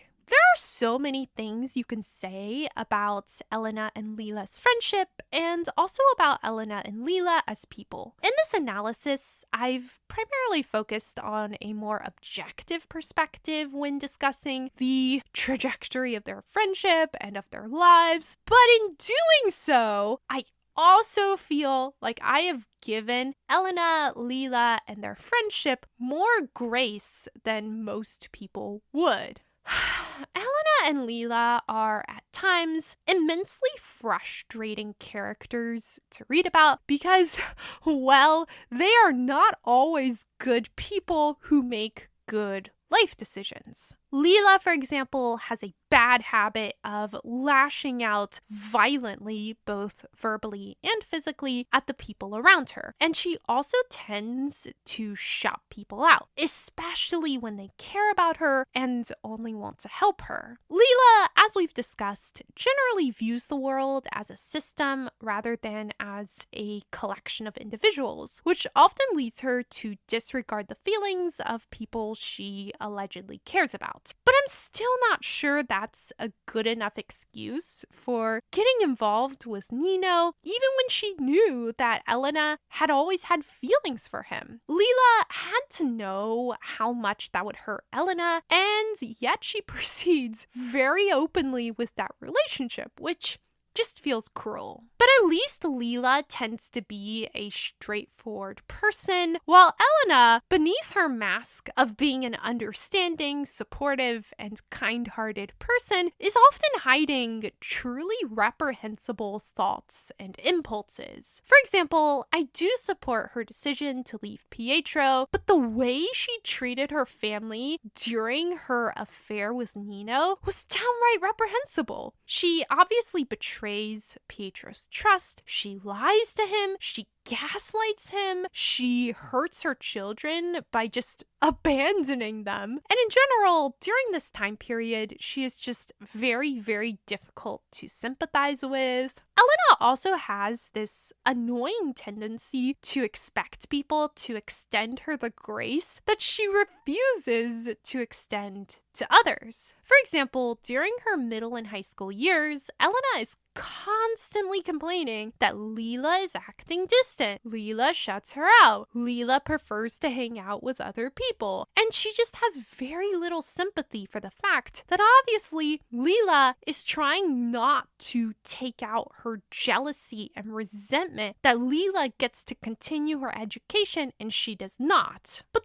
then when Elena gets involved with Nino, she tells Lila about it immediately, expecting Lila to support this decision, I guess, even knowing how much Nino hurt Lila by abandoning her. And then she's shocked when Lila is angry and lashes out at her. Remember when Lila says this to Elena? "I don't even know how to keep friendship alive. You're kind, Linu. You've always had a lot of patience." And I'm just like, are we talking about the same person here? I generally sympathize with a first-person point of view narrator, but with Elena, there were times when I really struggled to keep reading because Elena is so incredibly self-centered and she makes so many bad, selfish, or stupid life decisions, and she never experiences real consequences for any of them. On a technical level, I was always sure that I was reading an unforgettable masterpiece. But on an emotional level, I was left with a lot of conflicting emotions because,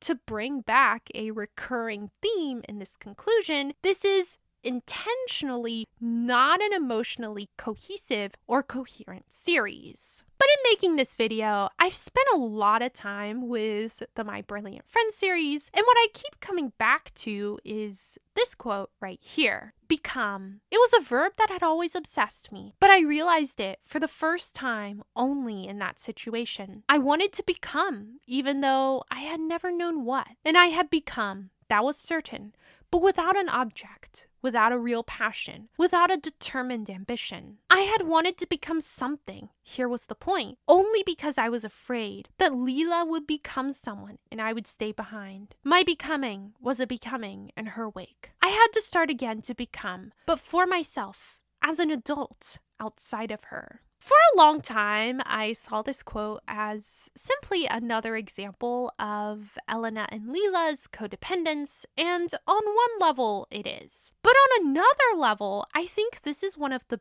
biggest examples of just how much Elena underestimates herself and her own achievements. It's unquestionable that Elena is influenced throughout her life to a greater or lesser extent by Lila, but Elena also did something that no one, even Lila, managed to do. She left the neighborhood. She created a successful identity outside of it as an author, which is incredibly symbolic when you consider that the neighborhood is historically illiterate. Elena did become somebody on her own, and she became somebody that neither she nor anyone else in the neighborhood had the blueprint for becoming. Again, even Lila. And that's really impressive, but Elena is always her own worst critic. For example, towards the end of book 4, Elena has this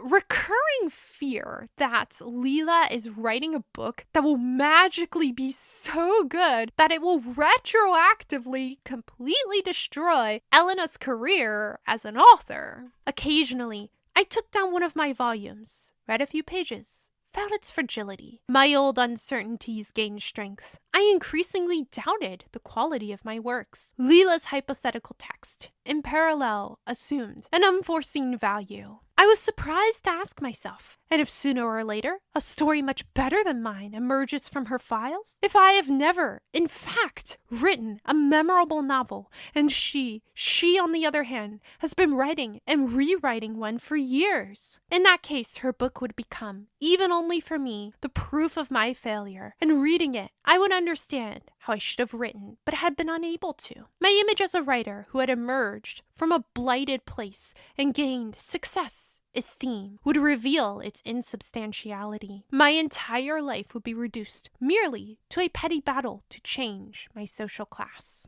Obviously, none of this is actually about Lila or this hypothetical book she may or may not be writing. This is about Elena's inability to accept that nobody can undermine her more effectively than she can undermine herself. Elena constantly bugs Lila about this imaginary book for the last 25% or so of book 4, and honestly, you have to wonder if Lila didn't just disappear so that Elena could finally understand that Elena is Elena, Lila is Lila, and that they have led different lives since that initial fork in the road when Elena went to middle school and Lila did not. And look, here is yet another way to look at Lila's decision to send Elena those dolls. Lila knows that in disappearing, she'll be leaving Elena feeling psychologically unmoored, which